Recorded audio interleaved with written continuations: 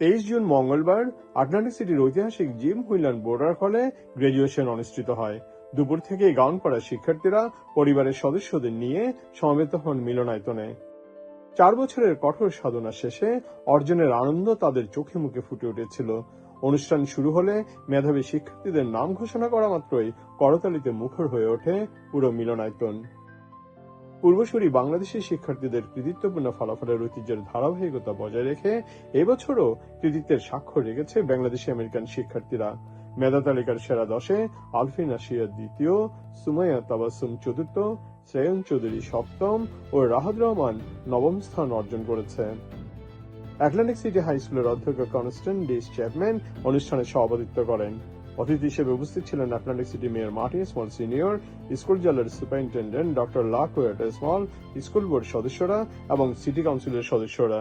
My name is Donald Harris. I'm the Director of Secondary Education for the Atlantic City Public Schools, and I'm proud to be here for the 2026 Atlantic City High School graduation. Viking Pride, Viking Strong.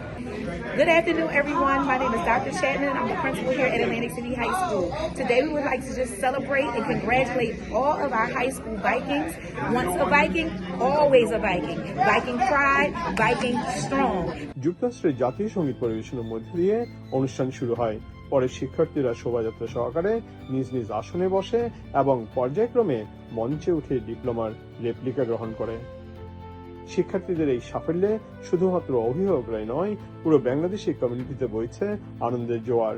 তাদের করতালি উল্লাস ধ্বনি মিলিয়ে রঙিন হয়ে ওঠে গ্রাজুয়েশনের প্রতিটি মুহূর্ত। I want to congratulate my mom and dad for their efforts for today. Thank you so much. অভিভাবকরা বলেন, বাংলাদেশি আমেরিকান শিক্ষার্থীদের এই উজ্জ্বল উপস্থিতি প্রমাণ করেছে অধ্যবসায় ও চেষ্টা থাকলে বিশ্বের যে কোনো প্রান্তে তারা নিজেদের মেধা ও যোগ্যতার পরিচয় দিতে সক্ষম। Subrata Chowdhury, ATV USA, Atlantic city, new jersey, America. ATV USA, বিশ্বজুড়ে বাঙালিয়ানা।